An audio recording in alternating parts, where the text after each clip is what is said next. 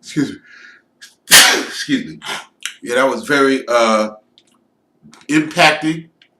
It really stimulates a lot of thoughts, and it really represents so much of our journey.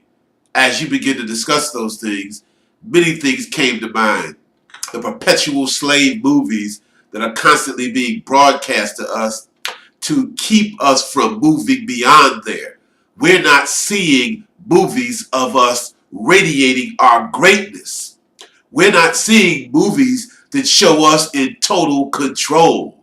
We're not seeing movies that illustrate our capacity to represent and reflect who we are uninhibited by bondage, emotional bondage, psychological bondage, intellectual bondage, and most importantly, spiritual bondage. We're not seeing those movies. We're seeing movies of us picking cotton, being abused, being shot, being demeaned, being degraded, being perpetually attempted to get locked into the past, so our capacity to excel in the present is not represented by a glorious future being shown on the screen.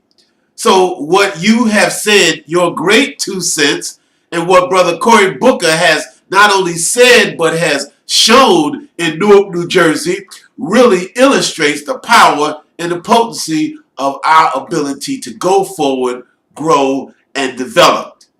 Building businesses and expanding our royalties has been a platform that I have been communicating through this week, because it's really about the art of resuscitating the community. Yesterday I listened at least 2 to 3 times of what Brother Ed Bright said in terms of our capacity to step to the line and win the race. Very thought-provoking, very stimulating, and very powerful. And one thing I realized in the course of my day yesterday is we have to really examine what resistance is. Because often we have resistance on the inside of us and we are not aware of it. And resistance is a force that keeps us pulled back to what we are comfortable with. Not what we need, not what we like, not what we dream of, not what we envision, but what we are comfortable with. And resistance is a force that is laminated by habit to keep us doing what we've been doing. And our challenge is to cultivate new habits. Our challenge is to develop a new paradigm. Our challenge is to release and allow new things to take place in our lives, in our world, and in our thoughts. Because when we allow it, we are not constrained by the specs of the house of life that we've had in America. We can knock down the walls. We can remodel the living room. We can create a new dining room. We can design the architectural structure of the home of our lives to fit our desires. We are not confined by the prefabricated lifestyle that America often gives us. But when we are not breaking habits, resistance challenges us to not be different. And like the elephant who is used to being limited by the stake in the ground, even though when you take the chain off and just put a small rope on there, the elephant doesn't move. Why? Because they are so used to being confined and chained. Don't be the elephant that won't move because there's no chain now. Don't be the elephant that doesn't believe in itself. Don't be the elephant whose spirit is broken, so therefore he does what he used to do as a result of the chain that previously held them. That's our challenge, and it requires us going on the inside and saying, am I being limited by the constraints of habits of yesterday and of perpetual vision and illustrations? See, thoughts, language, actions, and pictures, they illustrate what we feel subconsciously. And when they give us a lot of thoughts through the music, through the words, when they give us a lot of actions through the movies in the cinema, when we recreate pictures that reaffirm destitute, poverty, resistance, deprivation, then we begin to fuel a future that is a reflection of a past that we don't like, a past that we don't want, and a past that is not helping us. Over to you, Brother Kevin.